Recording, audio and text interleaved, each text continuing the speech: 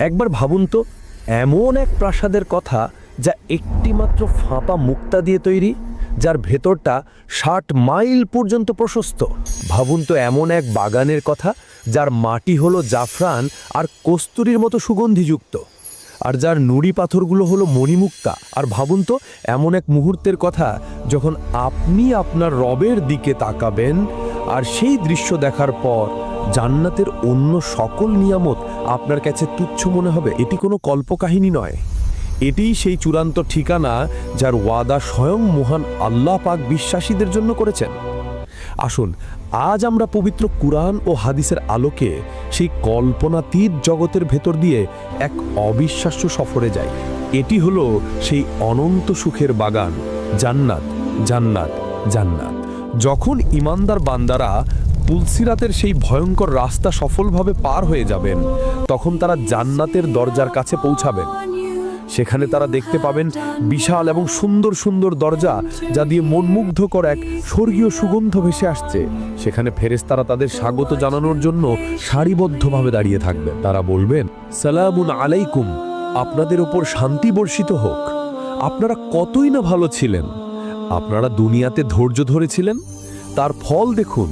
আপনাদের শেষ ঠিকানা কতই না সুন্দর। এবার চিরদিনের জন্য জান্নাতে প্রবেশ করুন। জান্নাতের মোট ৮টি দরজা রয়েছে। এর এক একটি দরজা এতটাই বিশাল যে এর এক প্রান্ত থেকে অন্য প্রান্তের দূরত্ব ৪০ বছরের পথের সমান। ইমানদার ব্যক্তিরা তাদের দুনিয়ার বিশেষ ভালো কাজ অনুযায়ী বিভিন্ন দরজা দিয়ে ঢোকার সম্মান লাভ করবেন। যেমন যারা ঠিকমতো নামাজ পড়তেন তাদের ডাকা হবে বাহবু সালাহ থেকে, আর যারা রমজানের রোজা রাখতেন তাদের জন্য থাকবে বিশেষ একটি দরজা যার নাম হলো আর রাইয়ান। হাদিসে এসেছে এই দরজা দিয়ে শুধুমাত্র রোজাদার ব্যক্তিরাই প্রবেশ করবেন, তাদের ছাড়া আর কেউই এই দরজা দিয়ে ঢুকতে পারবে না। আর হযরত আবু বকর সিদ্দিকের মতো কিছু বিশেষ বান্দা থাকবেন যাদেরকে জান্নাতের ৮টি দরজা থেকেই ঢোকার জন্য ডাকা হবে।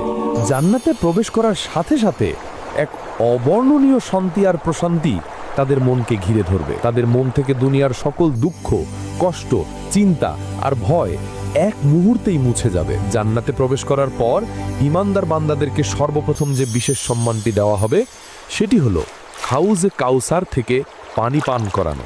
এই হাউজে কাউসার আল্লাহ তার প্রিয় নবী হযরত মুহাম্মদ সাল্লাল্লাহু আলাইহি ওয়াসাল্লামকে দান করেছেন। এটি একটি বিশাল ঝর্ণা বা জলাধার। এর পানি হবে দুধের চেয়েও সাদা, মধুর চেয়েও মিষ্টি, এবং এর সুগন্ধ হবে কস্তুরীর চেয়ে উত্তম। এর চারপাশে থাকবে আকাশের তারার মতো অসংখ্য সুন্দর সুন্দর পানপাত্র।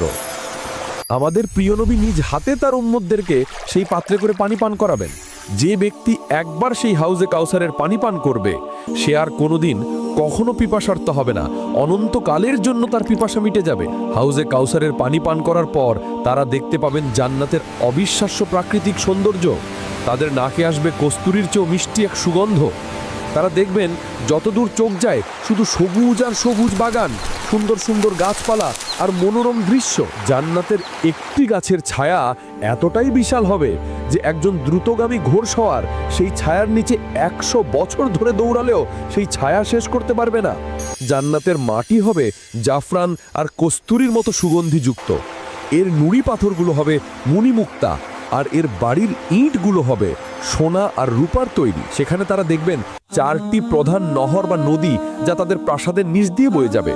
একটি হবে স্বচ্ছ পানির নহর, একটি হবে দুধের নহর যার স্বাদ কখনো এক বিন্দুও বদলাবে না, একটি হবে বিশুদ্ধ মেধার নহর, এবং একটি হবে এমন সব পবিত্র পানীয়ের নহর যা পান করলে তাদের তৃপ্তি দিনে দিনে শুধু বাড়তেই থাকবে। এছাড়াও জান্নাতে থাকবে অসংখ্য ঝর্ণা, যেমন সালসাবিল নামক একটি ঝর্ণা যার পানি হবে আদার মতো স্বাদযুক্ত। আরেকটি ঝর্ণার নাম হবে তাসনিম, যা হবে জান্নাতের সর্বশ্রেষ্ঠ পানীয়, এবং এটি শুধুমাত্র আল্লাহর সবচেয়ে নিকটবর্তী বান্দারাই পান করতে পারবেন। জান্নাতে প্রত্যেক ইমানদার ব্যক্তির জন্য থাকবে বিশাল বিশাল প্রাসাদ বা মহল। কোনোটি হবে স্বচ্ছ কাচের তৈরি যা ভেতর থেকে বাইরে এবং বাইরে থেকে ভেতরে দেখা যাবে, আর কোনো প্রাসাদ হবে একটি মাত্র ফাঁপা মুক্তা দিয়ে তৈরি বিশাল তাঁবু যা অনেক মাইল পর্যন্ত লম্বা হবে। সেই প্রাসাদের ভিতর থাকবে নরম রেশমের গালিচা আর উঁচু উঁচু সিংহাসন, যেখানে তারা একে অপরের মুখোমুখি হয়ে হেলান দিয়ে বসবে আর গল্প করবে। জান্নাতের সেই অপরূপ সুন্দর প্রাসাদ আর বাগানের মধ্যে জান্নাতীদের জন্য অপেক্ষা করবে এমন সব নিয়ামত যা তাদের জীবনকে করে তুলবে আরও বেশি আনন্দময়।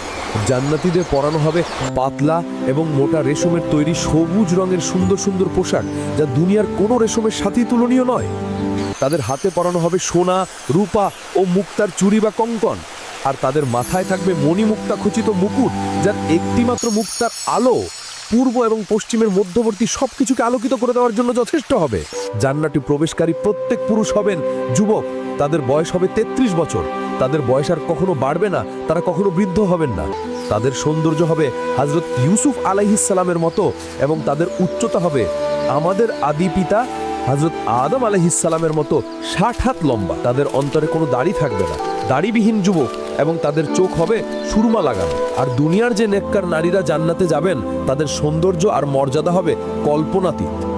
আল্লাহ সেই সকল নেককার নারীদেরকে নতুন করে সৃষ্টি করবেন এবং তাদেরকেও চিরকুমারী এবং চিরযুবতী বানিয়ে দেবেন, যাদের বয়স হবে সবসময় একই। তাদের সৌন্দর্য হবে সেই জান্নাতের হুরদের চেয়েও 70,000 গুণ বেশি। হাদিসে এসেছে, একজন জান্নাতি নারী যদি দুনিয়ার দিকে একবার উঁকি দিত, তাহলে তার মুখের আলোর ঝলকানিতে সূর্যের আলো অম্লান হয়ে যেত এবং আসমান এবং জমিনের মধ্যবর্তী সবকিছু সুগন্ধে ভরে যেত। তার মাথার ওড়ার মূল্য দুনিয়া এবং এর মধ্যে যা কিছু আছে তার চেয়েও বেশি দামি।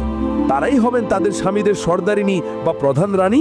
জান্নাতীদের চেহারায় কখনো ক্লান্তির ছাপ পড়বে না, তাদের শরীরে কখনো ঘাম হবে না। যদি ঘামের মতো বীজু বের হয়, তাহলে সেটা হবে কস্তুরীর মতো সুগন্ধিযুক্ত।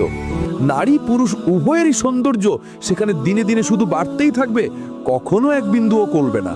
জান্নাতের খাবার হবে দুনিয়ার খাবার চেয়েও হাজার হাজার গুণ বেশি সুস্বাদু। জান্নাতীদের দেওয়া হবে এমন সব ফল যা তারা কখনো দেখেনি বা যার নামও শোনেনি। ফলের গাছগুলো তাদের দিকে এমনভাবে ঝুঁকে আসবে যাতে তারা দাঁড়ানো, বসা বা শোয়া যে কোনো অবস্থাতেই খুব সহজে ফল পেড়ে খেতে পারেন।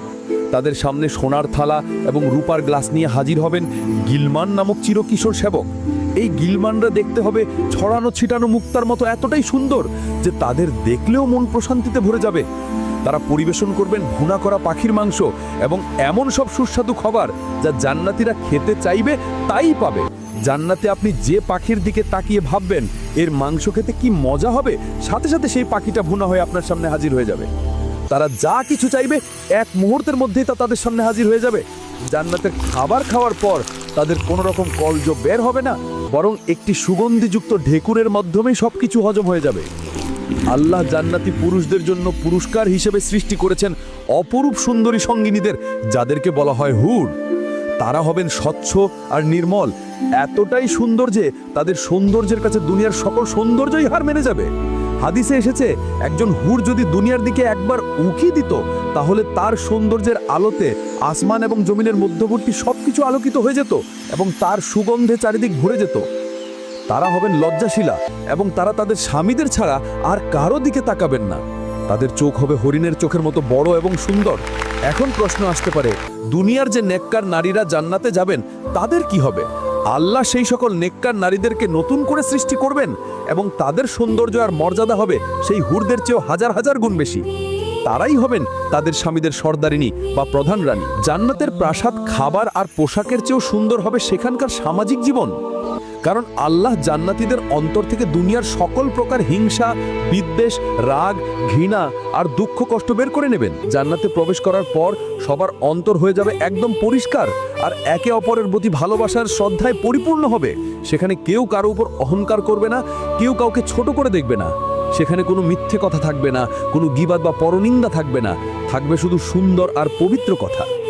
ফেরেশতারা তাদের সালাম জানাবেন আর তারাও একে অপরকে সালাম জানাবেন। জান্নাতে কোনো অসুস্থতা নেই, কোনো ক্লান্তি নেই, কোনো ঘুম নেই এবং কোনো মৃত্যু নেই। এটি হলো এক অনন্ত অফুরন্ত সুখের জীবন। জান্নাতীবাসীরা তাদের পরিবার পরিজন, যেমন বাবা মা, স্বামী স্ত্রী, সন্তান সন্ততি এবং বন্ধু বান্ধব যারা ঈমানদার ছিল, তাদের সাথে আবার মিলিত হবেন। যদি পরিবারের কারো মর্যাদা কম থাকে, তাহলে আল্লাহ তার দয়ায় নিজের মর্যাদার সদস্যদেরকে উপরের মর্যাদার সদস্যদের সাথে মিলিত করে দেবেন, যাতে তাদের আনন্দ পূর্ণতা পায়। তারা একসাথে তাদের প্রাসাদের সিংহাসনে বসে দুনিয়ার জীবনের কথা মনে করবে। তারা মনে করবে কিভাবে তারা আল্লাহর পথে চলার জন্য ধৈর্য ধারণ করেছিল, কিভাবে তারা একে অপরকে ভালো কাজে সাহায্য করেছিল, আর এই সব কিছুর জন্য তারা আল্লাহর শুকরিয়া আদায় করবে। হাদিসে এসেছে, জান্নাতে প্রতি শুক্রবার একটি বিশেষ বাজার বসবে, কিন্তু এই বাজার দুনিয়ার বাজারের মতো কোনো কেনা বেচার জায়গা হবে না। জান্নাতীরা যখন সেই বাজারে যাবেন তখন উত্তর দিক থেকে এক ধরনের সুগন্ধি বাতাস বইবে, যা তাদের পোশাক এবং চেহারার উপর দিয়ে বয়ে যাবে। সেই বাতাসের স্পর্শে তাদের সৌন্দর্য এবং উজ্জ্বলতা আগের চেয়েও বহুগুণে বেড়ে যাবে। যখন তারা সেই বাজার থেকে তাদের প্রাসাদে ফিরে আসবেন, তখন তাদের পরিবারের সদস্যরা তাদের দেখে অবাক হয়ে বলবে, আল্লাহর কসম, তোমরা তো আগের চেয়ে আরো অনেক বেশি সুন্দর হয়ে গেছো। উত্তরে তারাও বলবে, আল্লাহর কসম, তোমরাও তো আমাদের যাওয়ার পর আরো অনেক বেশি সুন্দর হয়ে গেছো। এভাবেই জান্নাতে তাদের সৌন্দর্য এবং সুখ দিনে দিনে শুধু বাড়তেই থাকবে, কখনো কমবে না। কিন্তু জান্নাতের এই সমস্ত নিয়ামত, এই সমস্ত সুখ এবং সৌন্দর্যের চেয়েও বড় এবং সর্বশ্রেষ্ঠ একটি পুরস্কার রয়েছে। একদিন আল্লাহ জান্নাতবাসীদের ডেকে বলবেন, হে জান্নাতের অধিবাসীরা, তোমরা কি সন্তুষ্ট? তারা উত্তর দেবে, হে আমাদের রব, আমরা কেন সন্তুষ্ট হব না? আপনি তো আমাদের জাহান্নাম থেকে মুক্তি দিয়েছেন এবং আপনার জান্নাতে প্রবেশ করিয়েছেন। আপনি আমাদের এমন সব কিছু দিয়েছেন যা আপনার সৃষ্টির আর কাউকেই দেননি। তখন আল্লাহ বলবেন, আমি কি তোমাদের এর চেয়েও উত্তম কিছু দেব? জান্নাতীরা অবাক হয়ে জিজ্ঞেস করবে, হে আমাদের রব, এর চেয়ে উত্তম আর কি হতে পারে? আল্লাহ বলবেন, আজ আমি তোমাদের উপর আমার সন্তুষ্টিকে চিরস্থায়ী করে দিলাম।